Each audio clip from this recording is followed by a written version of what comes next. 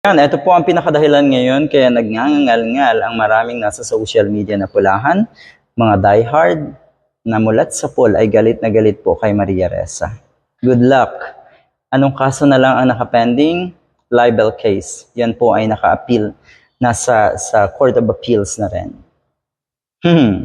Diba? Panalo na naman si Maria Ressa. Sabi sa inyo, yung mga taong totoong wala naman talagang inagrabyado.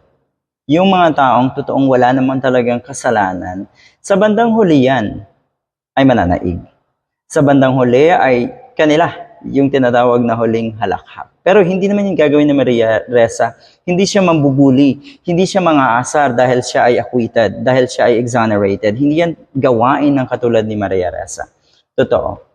So ayun, meron akong nabasa na isang post or post ng isang pulangaw na yun nga, nagngangal-ngal dahil sa acquittal na ito ni Maria Ressa. Acquitted na si Rappler CEO Maria Ressa sa kanyang huling tax evasion case nitong Martes. So ang titira na lang po ay ang libel case at yan ay nakaapila na rin po yan. So antayin natin ang decision. Pero yun nga, very positive ang mga taong nag-iisip ng tama na ma-acquit din si Maria Ressa doon sa libel case na yan. Okay, good luck!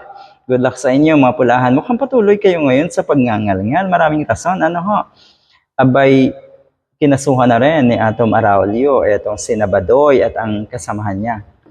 Yun, nakahanap po kayo ng kaharap, katapat sa katauhan ni Atom Araulio.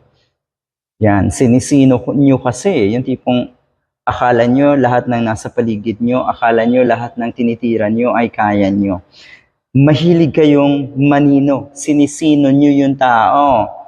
Okay, so ayan. Anong kahantungan nyo ngayon? Balik tayo kay Maria Ressa.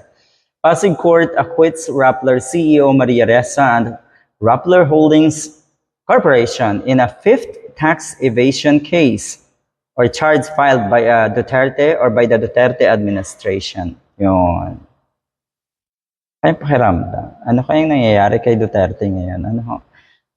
At huwag po tayong mawala ng pag-asa dahil yun nga, nakikita nyo naman, puro babae ang talagang binanatan ni Duterte at ginantihan, gustong gantihan. Kahit wala namang ginawa itong mga ito na hindi maganda or illegal sa kanya. So yun, huwag tayong mawala ng pag-asa. Siguradong si Attorney De Lima rin po, Senator De Lima ay mapapawalang sala. Malakas yung pakiramdam ko dyan eh. Okay? Kaya good luck. Good luck sa mga naandyan pa rin para kay Duterte, yung dating Pangulo natin. Na nakikita ko rin na naandyan pa rin dahil may ambisyon yung anak naman na tumakbo. Look at that. Ang ganda, no? Ang ganda pakinggan ng mga ganitong klaseng balita. Ang ibig lang sabihin yan, may hustisya naman talaga dito sa atin. Mabagal lang. Mabilis ang hustisya pag ang involved ay yung alam natin kung sino, kung yung mga taong nasa gobyerno. Pero yung mga katulad ni Maria Ressa, napakatagal na itong prosesong ito. Pero sa bandang huli, yun nga, siya pa rin ang nakasmile. Siya pa rin nasa kanya pa rin ang huling halakhak. Good luck sa inyo!